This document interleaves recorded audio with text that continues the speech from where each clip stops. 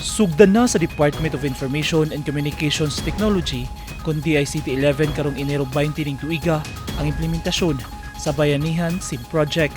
Diin pangatagan sa DICT og libreng SIM card nga dunay free mobile data ang mga estudyante sa mga pampublikong eskwelahan aron maka-access sa digital learning material.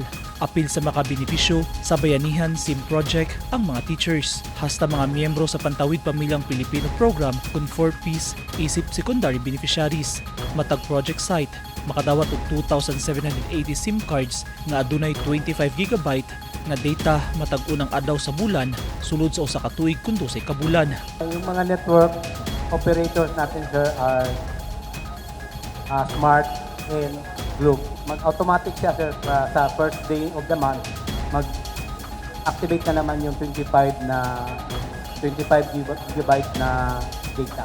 Sumala sa DICT-11, gusto nilang matubag ang usa sa mga dakong hagit sa nasud, ang kakulangon sa internet connection, hilabi na sa mga learners nga naa sa geographically isolated and disadvantaged areas kung gidas. So kung hurot na to, sir, pwede mag-top up ang atong beneficiaries para maka-connect yan po siya.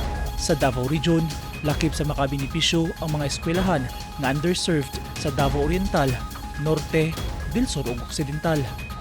For this project, ma'am, doon lang sa service coverage areas ng mobile network operators yung signal. So, na-survey naman ito, ma'am. So, lahat ng beneficiary doon lang sa isang location within siguro mga 3 to 5 kilometers within the tower ang maka-avail, ma'am. Sumala sa DICT, ang programa makahatag og paspas ug maayong access sa internet sa mga estudyante ug magtutudlo aron mapadayon ang ilang pagtuon bisan pa sa kakulangon sa koneksyon sa ilang lugar ug aron mas mapalambo pa ang sektor sa edukasyon. Eugene Hinutan, Newsline Philippines. Stay safe.